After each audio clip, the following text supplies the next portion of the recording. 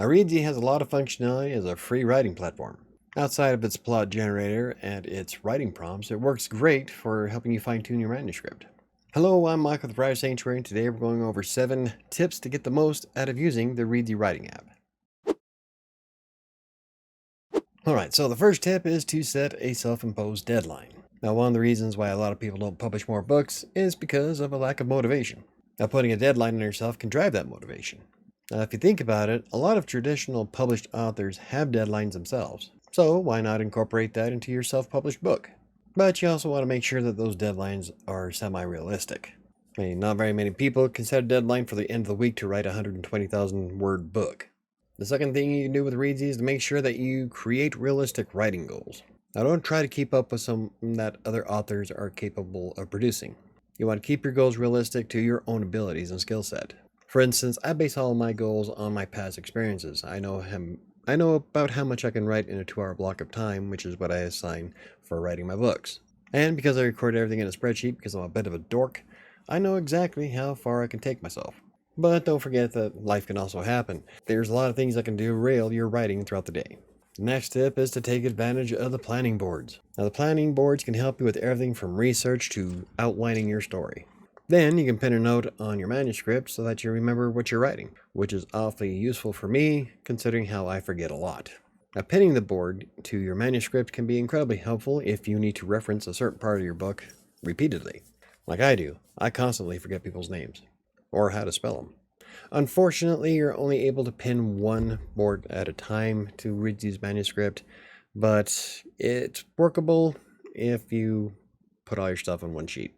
Otherwise, you have to go back to the board and pin something new. It's kind of a pain, but at least the ability to do that is there. Next up is don't focus on perfection at first. Now, this one is just a great tip regardless what writing app you use. Don't strive for perfection during your first draft. Nobody publishes their first draft.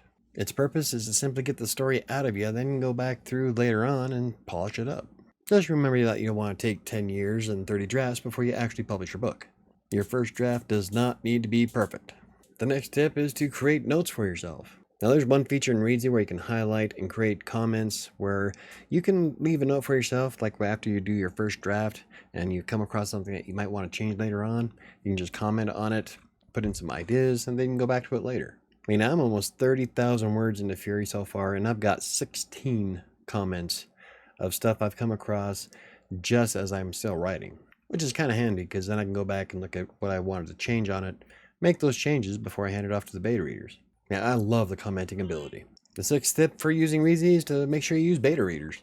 Now, in Reedsy, you can share a read-only link of your book with your beta readers. It's pretty simple. You just create the share, grab the set a date, a time that you want it to expire, copy the link, and then share it anywhere. Now, this is a read-only link, and that means people can't make changes to it. Now, beta readers are invaluable to help you structure a better story and make sure the plot makes sense and isn't confusing. For instance, thanks to my beta readers, Kingmaker is a much better and different story than it was in the first draft. Now, keep in mind that beta readers are not editors.